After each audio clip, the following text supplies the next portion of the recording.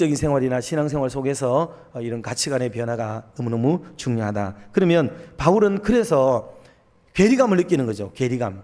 받은 은혜와 자기의 삶의 현주소는 너무 간극이 생기니까 진짜 이래가 안 되겠다. 그래서 그는 고민을 하는 게 생겨요.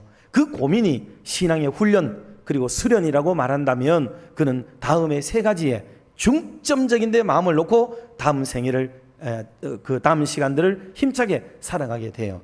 첫 번째가 뭐냐면 바로 자기를 쳐서 굴복시키는 훈련을 계속합니다. 계속 죽이는 거죠. 그래서 그는 그 유명한 말이 뭐예요? 나는 날마다 죽노라. 이런 날마다 죽노라. 아니 한 번 죽었으면 됐지. 나를 위해서 예수님이 죽으셨으면 됐지. 뭘 매일매일 죽어. 여러분 그건 우리 성경도 아니라고 생각해요.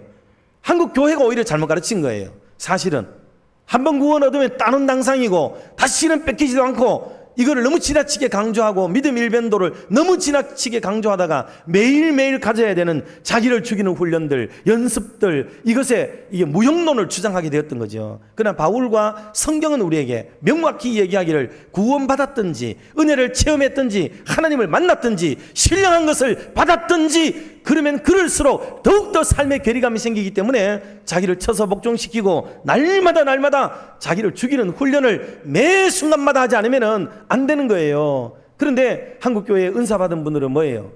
다 자기가 살아나죠. 자기가 교회 안에 최고죠. 남들은 이런 경험도 안 했는데 나는 이런 경험을 했다는 거지. 오만함이 들어가고 교만이 들어가면서 한국교회는 걷잡을 수 없는 풍랑 속에 들어가 버리고 만 거예요. 이게 얼마나 중요한 일인지를 자기를 쳐서 복종시키고 십자가에서 나를 낮추는 일들 이게 필요하다는 거예요. 그런데 예수 막 처음 믿고 났을 때라든가 막 은혜 받았을 때라든가 그러고 나면요 우리는 남들이 그냥 뭐 전부 알로만 보이는 거예요. 알로만 다 보이고 신앙생활 저 따위로 해가지고 막 이렇게 하고 손가락질을 하게 되고 막 남에 대해서 막 얘기를 하게 되고 그게 막 버릇처럼 되는 거예요. 교회 봉사 많이 하면 더 겸손해져야 돼요. 그동안에 내가 많은 일을 하면서 실수를 많이 하지 않았을까? 얼마나 많은 사람에게 상처를 주지 않았을까? 많은 일을 잃어버린 것은 없을까? 이런 겸손한 마음이 우리 속에 먼저 들어가야 되는데 내가 이것도 하고 저것도 하고 나 때문에 이렇게 됐고 내가 이렇게 하는 게 말이야.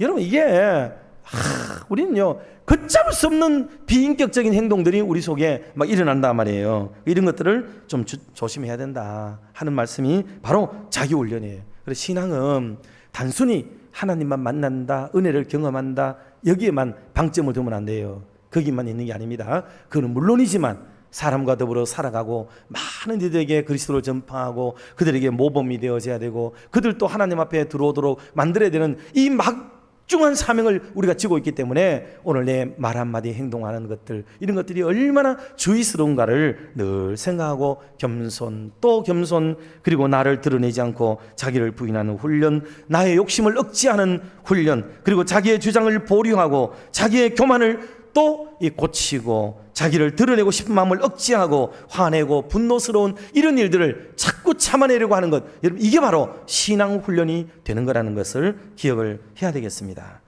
자, 그래서 이런 말씀을 먼저 첫 번째로 좀 드리고 싶고요. 두 번째로 우리가 조심해야 될 게 뭐냐 하면 그것은 만족하고 감사하는 생활이 필요해요. 이런 자기를 쳐서 훈련시키는 것뿐만 아니고 만족과 감사가 여러분 신앙에 너무너무 중요해요. 진짜 중요하거든요.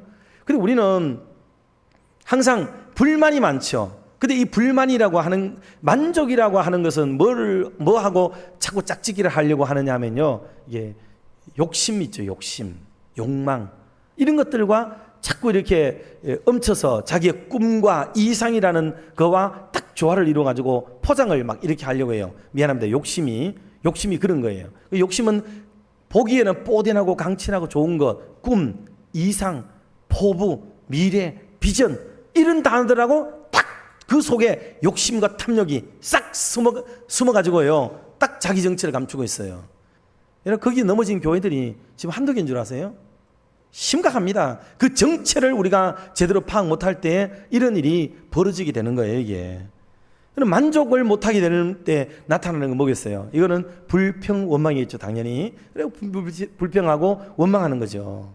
그래서 부족되다 하고 자꾸 이야기하고 요렇게 했으면 더 좋았는데 요렇게 하지 하는 말로 이렇게 좋게 얘기할 때도 있지만은 그게 아이고 돌았으면은 저따구로 하노 이래 되는 거예요.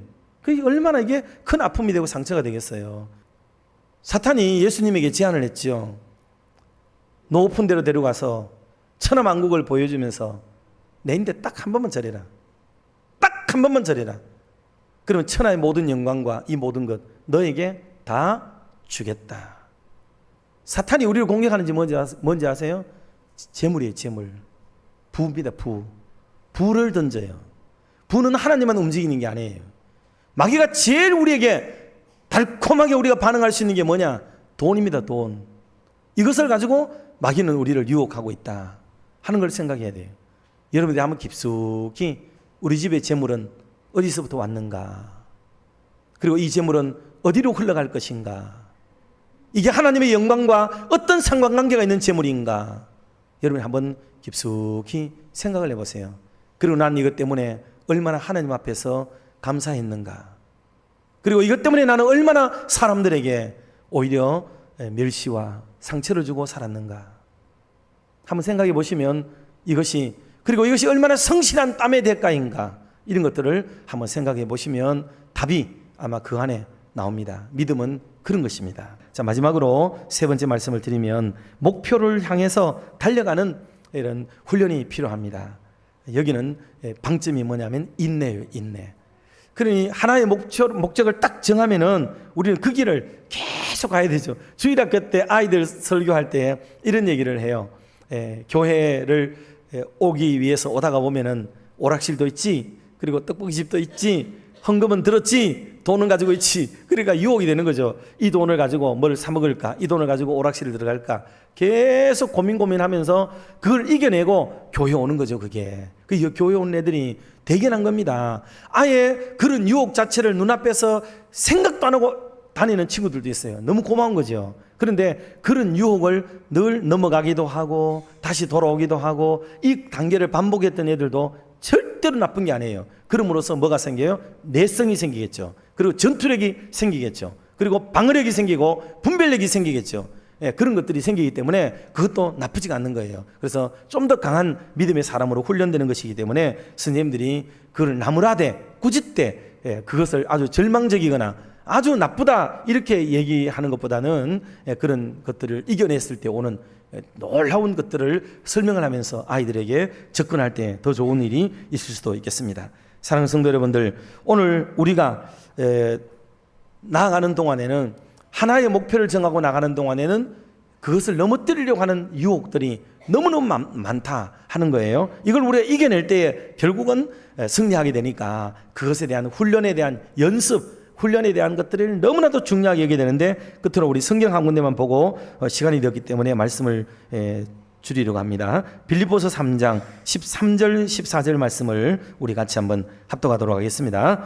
형제들아, 나는 아직 내가 잡은 줄로 여기지 아니하고 오직 한 일, 즉 뒤에 있는 것은 잊어버리고 앞에 있는 것을 잡으려고 표대를 향하여 그리스도 예수 안에서 하나님이 위에서 부르신 부름의 상을 위하여 달려가노라. 아멘. 그러니 과거에 잡았던 것, 이것 때문에 여러분 우리가 자칫 방심하지 마시고요. 선줄로 아는 자는 넘어질까 조심하라는 주님의 말씀을 늘 기억을 해야 되겠습니다.